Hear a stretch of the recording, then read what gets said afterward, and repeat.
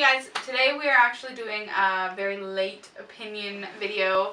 We posted on Facebook for everybody to give us their opinions, or for people to get our opinion on certain subjects.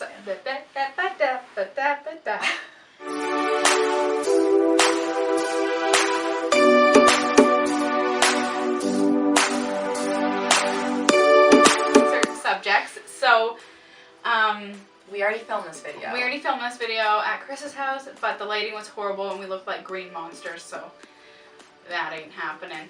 We had 4 or 5 topics given to us, and they're all really, like, they don't need a lot of explanation. It's kind of like, this is our opinion, this is why we said it, so we're going to do all of them. Yep. The first one being our opinion on disposable diapers versus reusable diapers, which I didn't use reusable diapers. I never even looked into them. I was just disposable, quick and easy. We never had an issue with them. I did do research on reusable diapers, like the organics and all that shit, but it just seemed like more work for me, and being a first-time mom, it wasn't what I was looking for, so we ended up going with disposable diapers. So next question was solid food early or wait until you're actually supposed to start them. I started Sophia on Pablum around 3.5 months, which is like super early, but she was so ready for it. She was sick of formula and it was hard to get her to eat enough, and she wasn't gaining enough weight, so we just started giving her a little bit. Yeah, with Maya, she was about 3 months old when we started the pureed baby foods and the cereals and stuff, and she was fine. Like, you could tell she needed it. Our family thought she needed it. My doctor with Maya was like, oh yeah, 4 months was good. With Keegan, I think we started around 4 months, and then at his 6-month appointment, the doctor was kind of shocked that we started him so early. When I said to him, why did you say with Maya 4 months, but like with Keegan, you're like mad that I didn't wait? He said that everything keeps changing, so right now they recommend waiting until 6 months. But I mean, I think they need it, like especially if you're formula feeding. I just think that they need it sooner. And like solid foods, we started Keegan around 7 months, and we've never had an issue with him. Yeah. Maya was about 9 months, and I mean, she had troubles with texture and stuff like that, but spanking. I'm not going to like spank Sophia, but I think there's a difference between like spanking and like a bum tap. Oh yeah. You know, and most kids will probably laugh at you when you tap their bum. That's Maya. She just thinks it's hysterical. Like, you're trying to be all serious. You don't want to hurt them, but it's like you're trying to get their attention, and she just like kind of cocks her head and gives you a look, and it's like, yeah, whatever. Yeah, you're almost better to not spank. It's when you're like physically hurting your child and making them cry, Wrong. Especially out in public. Like, working at Foodland when I was younger, the stuff I've seen that people do to their kids right in front of you, it's astonishing. But I've had a lot of like younger mothers tell me, like, when you get into these debates about spanking or not spanking, what's child abuse, I've had a lot of people say that like they spank their child, not obviously to the point where it hurts, but that their child listens better to them. You know what I mean? Yeah. Like, as opposed to someone who maybe doesn't do that as a form of discipline. Yep. There's a difference. You have to do it right. And I mean, know your boundaries and know that certain things are wrong. It's like, you wouldn't, if you think it's okay to slap their bum till it's red, think about, would you slap their face till it's red? Because it's the same freaking thing. So that's just my opinion. I don't know. That's a good way to look at it. Yeah.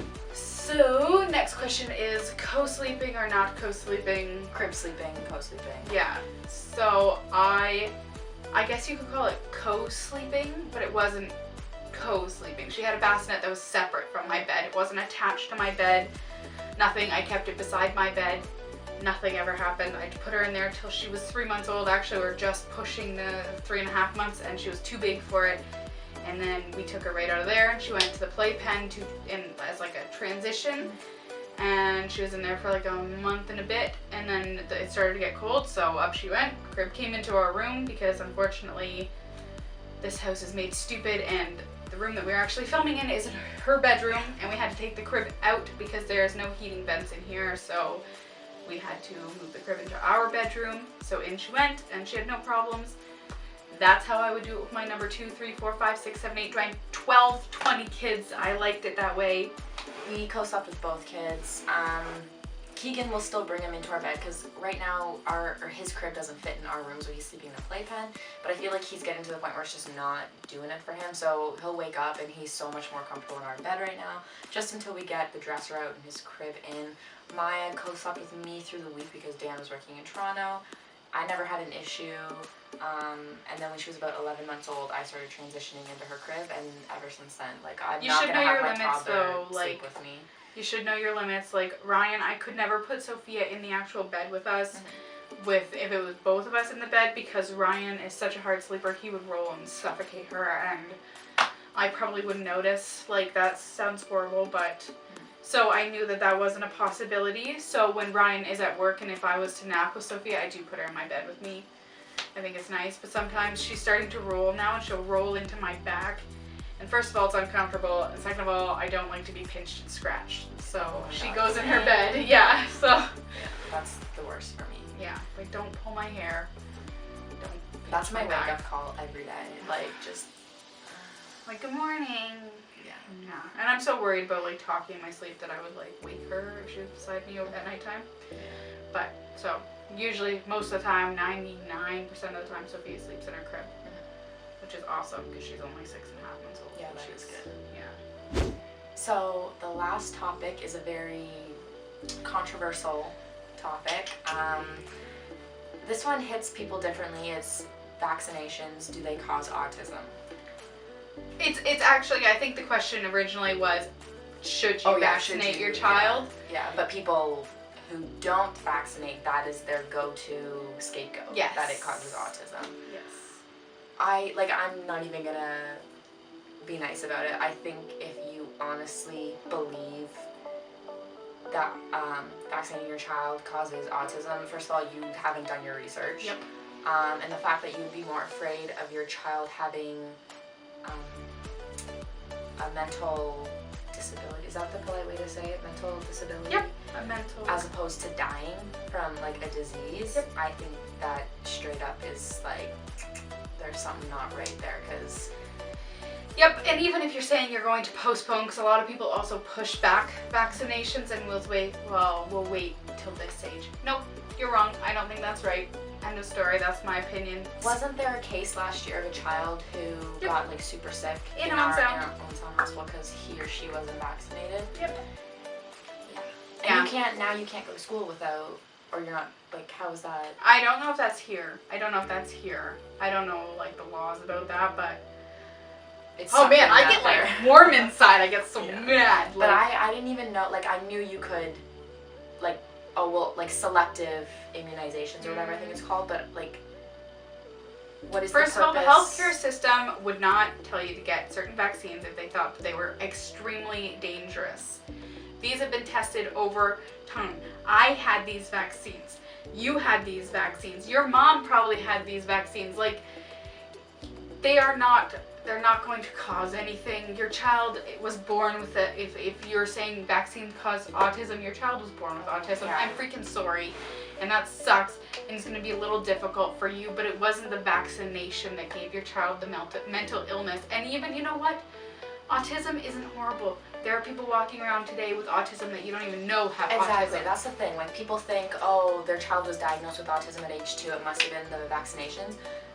Like, you can't always pinpoint these things at birth. Like, it's not like you're gonna push your baby out and your doctor's gonna be like, yep, super healthy 100%. Like, yeah, your doctor's gonna say everything looks great, because they're not always things that you can... I mean, yes, if your child has, say, Down syndrome, you notice that, like, right away. I think you need to know that before you give birth. You do. I see on Instagram a lot, like, mothers will say, oh, like, I'm not vaccinating my child, these are my reasons why. And I feel like when you're reading the comments, they never once say autism in their little, this is why I didn't do it. But if you see when people start attacking them about, like, how they're selfish and how, like, they're not thinking about their child or other people's children, that's when they throw that in there. But they never, oh, my cousin's brother's sister's daughter got autism. Yeah. Oh, like, legitimately, that, like, it's always thrown in there. There's a cat. Oh. I'm, like, waiting for Ryan to No. Okay, guys. Okay. That's the end of our opinion video. We did it all. We got violent. We got real. So, this is Piper. There's more cats. That's more cats. So yeah, that's that. We'll do another one. If you have something you want our opinion on, please leave it down in the comment section or send us a message and we'll creep it. And we will be eventually making a Facebook page specifically for our YouTube. That way you can reach us on there as opposed to our personal Facebooks, that kind of thing. Yeah, so we'll if we've made that, we'll link that down below. And honestly, if you disagree, comment. Like, I'm sure we'll get a good kick out of it, so. I probably won't read them. I'm like that. Anyways, guys, sorry this got a little cursive and intense, but that's how I feel. So, we'll see you next time. See ya. Bye!